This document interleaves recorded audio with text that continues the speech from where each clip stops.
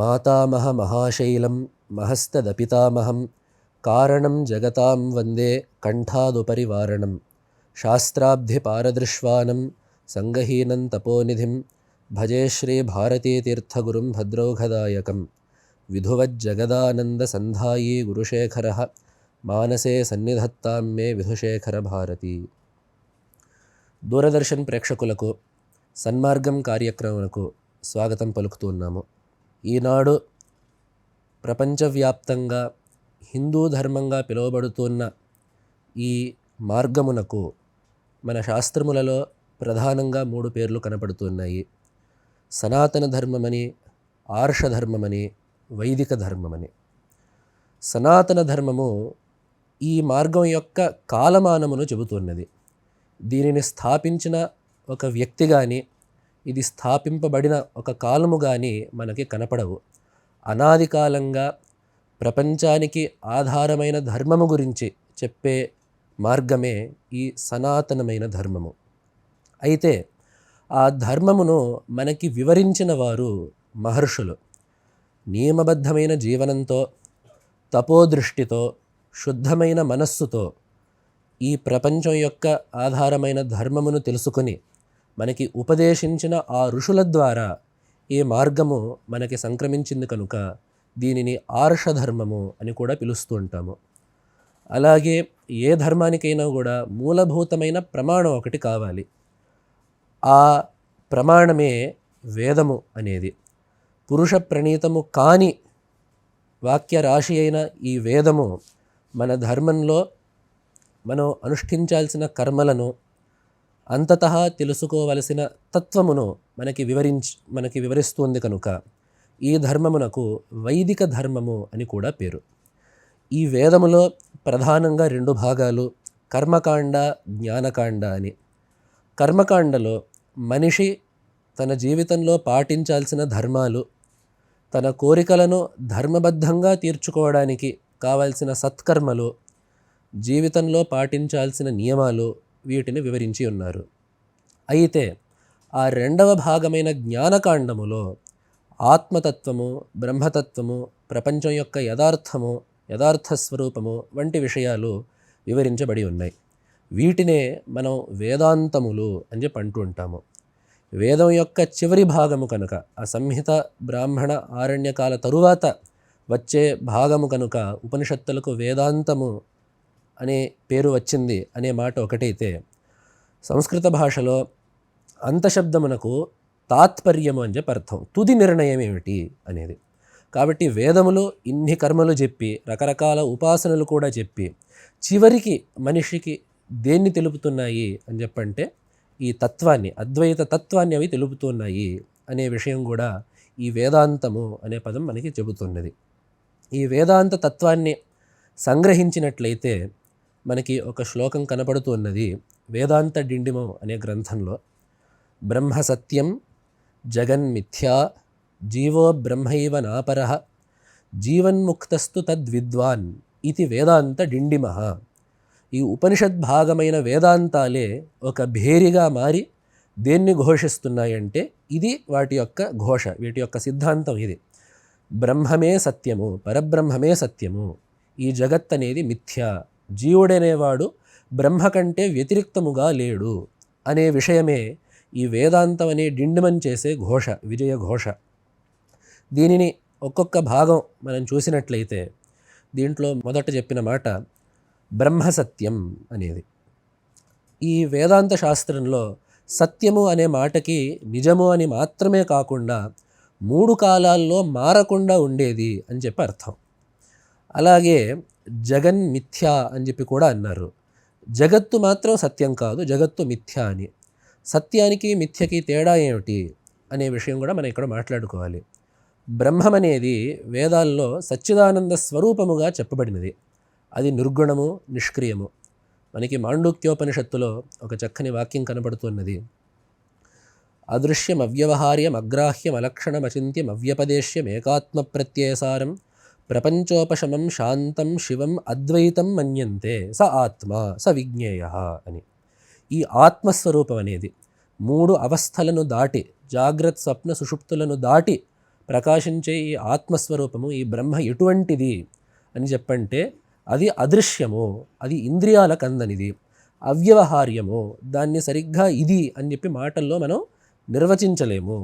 అలాగే ఆ లక్షణం, దానికి ఎటువంటి గుణాలు లేవు. ఏకాత్మ ప్రత్యయసారం, ఆ ఆత్మ అనేది ఒకటే, రెండవ ఆత్మ లేదు, రెండవ బ్రహ్మ లేదు, రెండవ చైతన్యము లేదు. అలాగే ప్రపంచోపశమం, ప్రపంచానికి వ్యతిరిక్తంగా, ప్రపంచానికి అతీతంగా ఉండేది. అలాగే శాంతము, దాంట్లో ఎటువంటి మార్పులు లేవు, ఎటువంటి అలజడులు ఉండవు.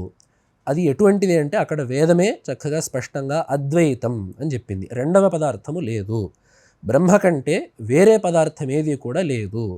అదే ఆత్మ సవిజ్ఞేయ, స ఆత్మ సవిజ్ఞేయ, అది ఆత్మ యొక్క స్వరూపము. ఆత్మను ఈ విధముగా తెలుసుకోవాలి అని చెప్పి ఈ మాట ఎందుకన్నారంటే, మనం ఏదో వేదాంతం చూస్తుండేటప్పుడు ఆ బ్రహ్మం ఎక్కడో ఉంది, ఈ ఆత్మ ఏదో అని చెప్పి అనుకుంటాము. కానీ యథార్థానికి ఈ ఆత్మ మనకి దైనందిన అనుభవంలో ఉన్నది.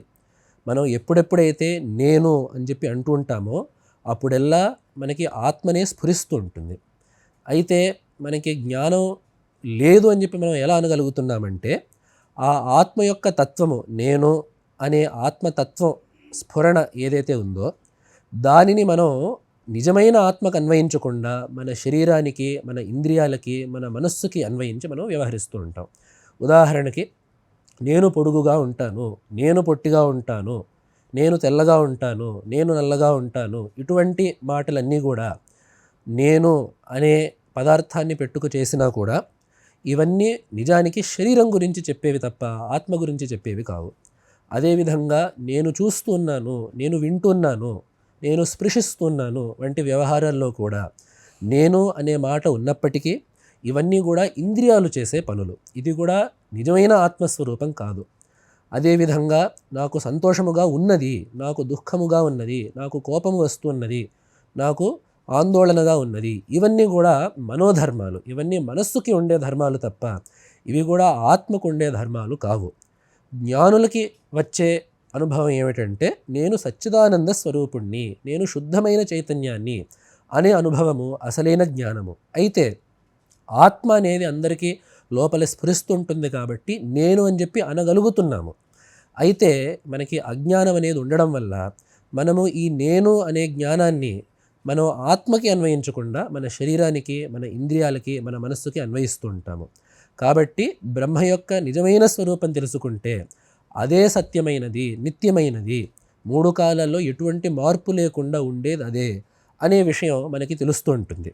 దీనికే మరొక చక్కని ఉదాహరణ ఏమిటంటే, ఒకవేళ నేను పొడుగు, నేను పొట్టి అని ఇటువంటి వ్యవహారాలు నిజంగా నేను అనే పదార్థానికి అన్వయించినట్లయితే ఒక బాలుడికి, ఒక వృద్ధుడికి నేను అనే భావం ఏకరూపంగా ఉండకూడదు.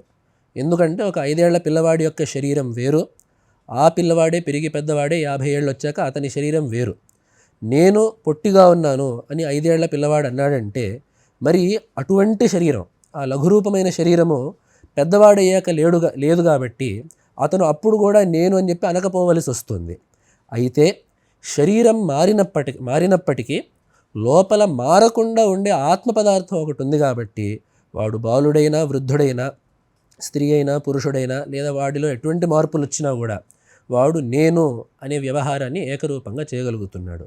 కాబట్టి మూడు కాలాల్లో మారకుండా శరీరం నుండి శరీరానికి వెళుతూ జీవుడిలో నేను అనే వ్యవహారాన్ని కలిగించేది సత్యమైన త్రికాలములలో ఉన్న ఆత్మ పదార్థము ఒక్కటే అనే విషయాన్ని బ్రహ్మ సత్యం అనే మాట మనకి చెబుతున్నది. అయితే మరి మనకు సందేహం వస్తుంది, ఉన్న పదార్థం బ్రహ్మ ఒక్కటే అని చెప్పి ఉపనిషత్తే చెప్పింది. అద్వైతం, భేదం, ద్వైతం అంటే భేదము, భేదం అనేది ఉండాలంటే రెండో పదార్థం ఉండాలి, భేదం లేదు అంటే రెండో పదార్థం లేనట్టు లెక్క. మరి మనకి ప్రతిరోజు ఇంత విశాలమైన ప్రపంచంలో ఇన్ని పదార్థాలు, చెట్లు, చేమలు, నదులు, పర్వతాలు ఇవన్నీ కనపడుతున్నాయి. ఇవి కాక రకరకాల జీవులు కనపడుతున్నాయి, పక్షులు, మృగాలు ఇవన్నీ కనపడుతున్నాయి, మనుషులు ఎంతమంది ఉన్నారు. మరి ఇన్ని ద్వితీయ పదార్థాలు కాదు కదా, తృతీయ, చతుర్థ, పంచమ పదార్థాలు ఉన్నప్పటికీ కూడా ఉన్న పదార్థం బ్రహ్మం ఒక్కటే అని చెప్పి ఎలా అనగలుగుతున్నాము అనే సందేహం కలగడం సహజం. దీనికే ఆ శ్లోకంలో రెండో పాదం సమాధానం చెబుతున్నది, జగన్ మిథ్యా అని చెప్పి. మనకి ఎన్ని వేరే పదార్థాలు కనపడ్డప్పటికీ అవి 3 కాలాల్లో ఉండే వస్తువులు కావు. చాలామందికి ఉండే ఒక అపోహ ఏమిటంటే ఏదో మిథ్య అంటే కల్లిబుల్లిది, ఏమాత్రం లేనిది, అబద్ధము అని చెప్పి చాలామందికి ఒక అపోహ. అది సర్వథా అవాస్తవం కానప్పటికీ మనం దాన్ని సరిగ్గా అర్థం చేసుకోవాలి. మిథ్య అంటే ఏమిటంటే అది కనబడుతుంది కానీ మారకుండా మాత్రం ఉండదు. అది కనబడుతుంది కానీ మారుతుంది, ఎల్లకాలానికి ఉండదు. అది పుడుతుంది, నశిస్తుంది, మధ్యలో మాత్రం కనపడుతుంది. దీనికే మనం ఇచ్చే ఉదాహరణ స్వప్నము. స్వప్నము లేదు అని చెప్పి ఎవరు అనడానికి లేదు. స్వప్నం అందరికీ అనుభవంలో ఉండనే ఉన్నది. అయితే ఏమిటంటే ఆ స్వప్నంలో కనపడ్డ పదార్థాలు ఎల్లకాలానికి ఉండవు. ఎప్పుడైతే మనం మేలుకుంటామో అప్పుడు ఆ స్వప్నంలో కనపడ్డ పదార్థాలన్నీ కూడా తప్పకుండా నశిస్తాయి. దాన్నే భగవత్పాదులు ఒక స్తోత్రంలో చెప్పి ఉన్నారు. తవ హితమేకం వచనం వక్ష్యే శృణు సుఖకామో యది సతతం స్వప్నే దృష్టం సకలం హి మృషా జాగ్రతి చస్మర తద్వదితి అని. ఎలాగైతే స్వప్నంలో మనకి ఎన్నో పదార్థాలు కనపడతాయి, కనపడే మాట వాస్తవమే, మనం వాటితో మనం వ్యవహరిస్తూ ఉంటాము. మనకి స్వప్నంలో డబ్బు వచ్చిందంటే మనం సంతోషపడుతూ ఉంటాము, స్వప్నంలో పులి మన మీద పడిందంటే మనం భయపడుతూ ఉంటాము. ఇవన్నీ ఉన్నమాట నిజమే. అయితే ఇవన్నీ ఎప్పటి వరకు ఉంటాయంటే మనం మేలుకొండే వరకు మాత్రమే ఉంటాయి. కాబట్టి అది కనబడుతుంది, అయితే శాశ్వతంగా ఉండదు. కాబట్టి ఈ స్వప్నానికి మిథ్య అనే ఒక ముద్ర మనం వేయగలము. అదేవిధంగా ఈ జగత్తులో కూడా అన్ని పదార్థాలు మనకు కనపడుతూ ఉంటాయి, మన ఇంద్రియాలు ఎన్నో పదార్థాలను గ్రహిస్తూ ఉంటాయి.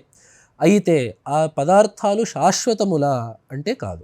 ఏ పదార్థం కూడా శాశ్వతము అని చెప్పి మనం చూపించలేము. ఈ ప్రపంచంలో ఏ పదార్థమైనా సరే జన్యమైనది, పుట్టేది. శాస్త్రంలో నియమం ఏమిటంటే యజ్జన్యం తన్నశ్యం అని చెప్పి, దానికి జన్మ అంటూ ఉందంటే దానికి నాశం అనేది అవశ్యం ఒప్పుకోవాలి. అందుకనే మారే ఈ వస్తువుల్లో మారకుండా ఉండే ఒక్క తత్వం ఉన్నది. ఆ మారకుండా ఉండే ఒక్క తత్వము బ్రహ్మతత్వము, మారుతూ ఉండేవి వస్తువులు. అందుకనే వస్తువులని మిథ్య అని పిలిచాము, బ్రహ్మని సత్యం అని చెప్పి పిలిచాము. అయితే ఏమిటంటే మరి ఇవి ఎక్కడి నుంచి వచ్చాయి? ఈ వస్తువులు బ్రహ్మ నుంచి వచ్చాయా లేదా వేరే మూలం నుంచి వచ్చాయా అని చెప్పంటే అన్నీ కూడా ఆ ఆత్మ పదార్థమే సృష్టిస్తూ ఉంటుంది. ఆ ఆత్మ, ఆ బ్రహ్మ పదార్థానికి, ఈశ్వరుడికి సహజమైన మాయాశక్తి ద్వారా ఈ పదార్థాలన్నీ సృష్టింపబడుతూ ఉంటాయి. దీనికి ఉపనిషత్తు చెప్పిన ఉదాహరణ ఏమిటంటే మనకి మట్టి అనేది ఉంటుంది. ఈ మట్టే మనకి పెంకులుగా, కుండలుగా, పాత్రలుగా మారుతూ ఉంటుంది. నాశమైపోయాక మళ్ళీ మట్టిగానే మిగిలిపోతుంది. అయితే ఆ పాత్రనో లేదా కుండనో మనం తయారు చేసినప్పుడు మట్టి ఎన్నటికీ నశించదు. అయితే ఈ పాత్రలు, కుండలు, పెంకులు వస్తుంటాయి, పోతుంటాయి. అదేవిధంగా మనకి మృత్తు, అదేవిధంగా మనకి పరమాత్మ కూడా ఏకరూపంగా ఉన్నప్పటికీ ఆ పరమాత్మ యొక్క వివిధమైన స్వరూపాలే ఈ ప్రపంచంలో మనకు కనబడుతూ ఉంటాయి. అందుకనే భాగవతంలో అంటారు, భువి భౌమాని భూతాని యథా యాంత్యపయాంతి చ నాయమాత్మా తథైతేషు విపర్యేతి యథైవ భూహు. మట్టితో బొమ్మలు చేస్తాం. మట్టితో ఒక సింహం బొమ్మ చేస్తే మనం ఏమంటామంటే సింహం వచ్చింది అని చెప్పి అంటాం. ఆ బొమ్మ విరిగిపోయిందంటే సింహం పోయింది అని చెప్పి అంటాం. అయితే మట్టి ఎప్పుడూ పుట్టదు, మట్టి ఎప్పటికీ పోదు. ఆ మట్టితో తయారు చేసిన బొమ్మల యొక్క నామరూపాలు మారుతాయి తప్ప మట్టి ఎప్పటికీ మారదు. అదేవిధంగా పరమాత్మ అనేవాడు ఒక్కటే, ఆత్మ పదార్థం ఒక్కటే. కాబట్టి ఆత్మ అనేది ఒకటే ఉంటుంది, రకరకాల నామరూపాలు మాత్రం మారుతూ ఉంటాయి అనే విషయం కూడా మనం ఇక్కడ గ్రహించాలి. చివరి మాట ఏమిటంటే జీవో బ్రహ్మైవ నాపరః, జీవుడు బ్రహ్మ కంటే వ్యతిరిక్తముగా లేడు అనేది. ఇది కూడా చాలామందికి ఆశ్చర్యంగా ఉంటుంది. బ్రహ్మం అయితే చాలా పెద్ద పదార్థం, ఆత్మ, ఈశ్వరుడు అనేవాడు చాలా పెద్దవాడు. ప్రపంచం మొత్తం యొక్క సృష్టి స్థితి లయలను ఏకహస్తంతో అప్రయత్నంగా చేస్తూ ఉంటాడు. ఈ జీవుడు మాత్రం చాలా అల్పుడు, వీళ్ళిద్దరూ ఒకటి ఎలా అవుతారు అనే విషయం కూడా ఒక సందేహంగా చాలామందికి ఉంటుంది. ఇక్కడ కూడా భాగవతం చక్కగా ఒక శ్లోకంలో చెప్పింది, ఘటే భిన్నే యథాకాశః ఆకాశస్యాద్యథాపుర ఏవం దేహే మృతే జీవో బ్రహ్మ సంపద్యతే పునః అని చెప్పి భాగవత పురాణంలో వ్యాస మహర్షి స్పష్టంగా చెప్పారు. ఆకాశం అనేది ఒక్కటే, రెండవ ఆకాశం అనేది లేదు. అయితే ఎప్పుడైతే ఒక కుండని పెట్టామో ఆ కుండ అనే ఒక ఉపాధి వల్ల కుండ లోపల ఆకాశం ఘటాకాశము, దానికి బయట ఉండేది మహాకాశము అనే ఒక భేదం మనకు అనిపిస్తూ ఉంటుంది. ఈ ఘటాకాశానికి మహాకాశానికి భేదం ఎంతవరకు అంటే ఆ ఘటం ఉండే వరకు. ఎప్పుడైతే ఘటం పగిలిందో ఇంకా ఘటాకాశానికి మహాకాశానికి భేదం కలిగించేది ఏ పదార్థం కూడా లేదు. అందుకనే విష్ణు పురాణంలో కూడా ఒక మాట ఉంది, విభేద జనకే అజ్ఞానే నాశమాత్యంతికంగతే ఆత్మనో బ్రహ్మణో భేదమసంతం కః కరిష్యతి అని. భేదాన్ని కలిగించే అజ్ఞానము పోయినప్పుడు ఇంకా ఆత్మకి బ్రహ్మకి భేదం ఎవ్వరి వల్ల, ఆ భేదాన్ని కలిగించడం ఎవ్వరి వల్ల కాదు. ఎలాగైతే ఆ ఘటాకాశం మహాకాశం నిజానికి ఒక్కటేనో, ఆ ఘటం పోయాకే ఆ భేదం ఎలాగైతే మనకు కనపడుతుందో, అదేవిధంగా ఈ శరీరము మనస్సు అనే ఉపాధి తొలగించినప్పుడు జీవుడికి బ్రహ్మకి ఏమాత్రం తేడా లేదు అనేది మనకి ఉపనిషత్తు యొక్క సిద్ధాంతం. ఈ సిద్ధాంతాన్నే ఇతిహాస పురాణాదులు వివరించాయి. ఈ సిద్ధాంతమునే స్పష్టముగా వ్యాస మహర్షి, శంకర భగవత్పాదులు, అప్పయ్య దీక్షితేంద్రులు మొదలైన అద్వైత విద్యా ఆచార్యులు కూడా ఎంతో చక్కగా వివరించారు. ఈ తత్వాన్ని తెలుసుకోవడానికి మనం ప్రయత్నిద్దాం. సనాతన ధర్మం యొక్క శిఖరమైన ఈ తత్వమును మనం గ్రహిద్దాం. స్వస్తి.